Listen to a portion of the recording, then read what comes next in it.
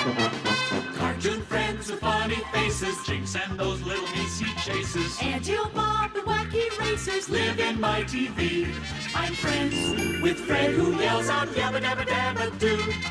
Bosom Buddy Barney too, and Scooby Dooby where are you? I love that mumbling bear, I laugh at him until I hurt. And when it's banana splits, you don't eat them for Hi everybody, Dennis Speigel here. It's a very special week here in Cincinnati, Ohio, because Kings Island is celebrating its 50th anniversary, and they're kicking it off with a special ceremony later this week on Friday, April 29th. 50 years to the day that we opened Kings Island to the public. This great theme park, which now hosts over 3 million in attendance every year, holds a special place in my heart because its heritage played such a tremendous part in my career path. What some of you may not know is how Kings Island was planned and how it came into being. KI was actually preceded by Coney Island here in Cincinnati, known as America's finest amusement park, with its beautiful mall full of ginkgo trees, Midway-like feeling, its penny arcades, romantic dance pavilion, and a variety of fun flat rides, including the world-famous Shooting Star roller coaster. Coney Island was a favorite park of Walt Disney's. He visited several times for ideas as he was planning Disneyland in California, and he became close friends with Ed Schott and Ralph Walks, the owners of the park. Coney Island is located on the Ohio River, 25 miles south of where Kings Island is currently located. When Gary Walks first started planning Kings Island, he knew a critical part of the planning was site selection.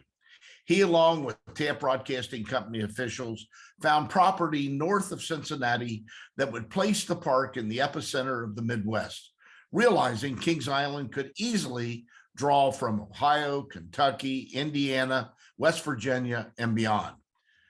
We closed Coney Island as an amusement park on Labor Day 1971. We had to literally move the park in about 45 days.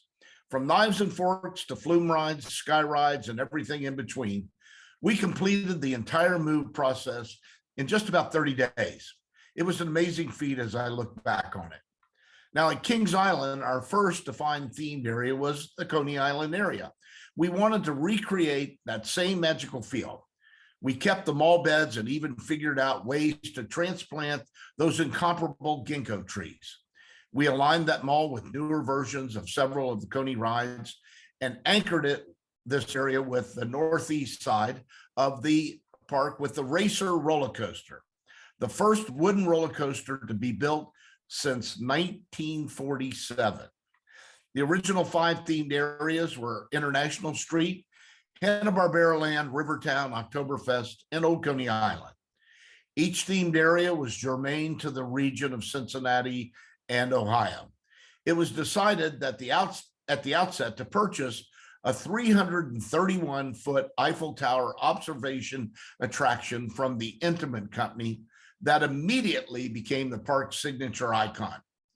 Before we opened, I distinctly remember a call from our management team and that we had with Errol McCoy and Larry Cochran, both young general managers in the Six Flags system.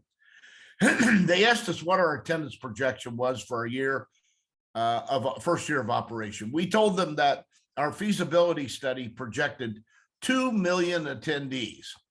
When we told the Six Flags guys our anticipated projection, it felt like they laughed for 2 minutes. Understand, at that point in time, no other park outside of Disney parks had ever cracked the 2 million attendance mark, and that included Six Flags Texas and Georgia and St. Louis. Well, on May 27th, 1972, we had our major grand opening at Kings Island, and I was the assistant general manager at the time. What a great day it was. We released 2,000 balloons. We had fighter jets flying overhead. We had a parade with the Hanna-Barbera characters, Flintstones, Yogi Bear, Scooby-Doo.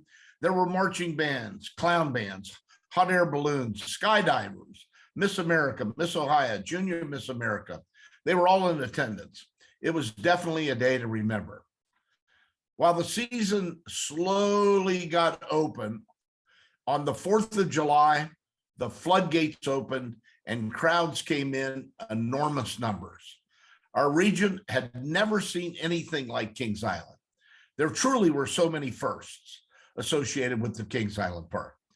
Kings Island was the first regional theme park to primarily be designed in-house under the direction of Gary Wachs, who was the vice president of Coney Island and led our charge to build Kings Island after he became head of the theme park group.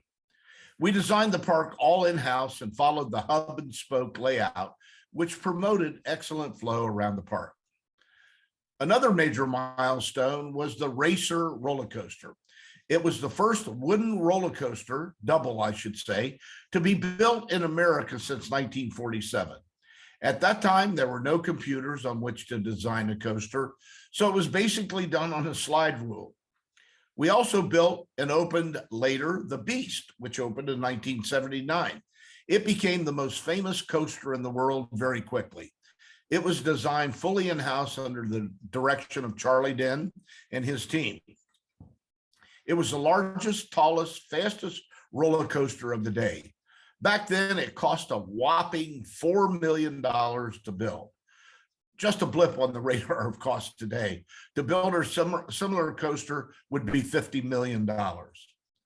It was a 4-minute ride, which was also unheard of today. By the way, at the end of the first season of Kings Island, we finished with an attendance of 2,012,000 people, breaking the 2 million record. We took great pride in reporting this back to Six Flags and their team. And of course, when we called them and told them, you could hear a pin drop on their end of the phone. Those times were memories I will always cherish. I think our success came from choosing the right location and developing the right pioneering team. We also had success due to our unique and effective design and layout. We clearly defined theme lands and, in fact, moved an entire amusement park to make it a dedicated land. We went from 400 employees to several thousand almost overnight. So we carefully chose our staff and training teams. We took chances that paid off, and I'm grateful to have been a part of that team. Kings Island has continued to thrive, carefully adding content like its water park and strategically changing out attractions for newer and better ones. What they've done well from the first day of operation to now is listen to their audience and react to the needs of their target market. They always keep things new and fresh. We can all continue to learn from watching and observing the fantastic operation at Kings Island. Here's to 50 more years of success. Congratulations, Kings Island. Thanks for allowing me to be a part of it. Scooby-Dooby, where are you? I love that mumbling bear. I laugh at him until I hurt. And when his banana splits, you don't eat them for dessert. Bristlehound is not a stranger. He saved lambs, he went in danger. Yogi Bear outsmarts that ranger, all in my TV. Them happy friends who live in my TV. Yakka-dakka-dakka-doo-doo.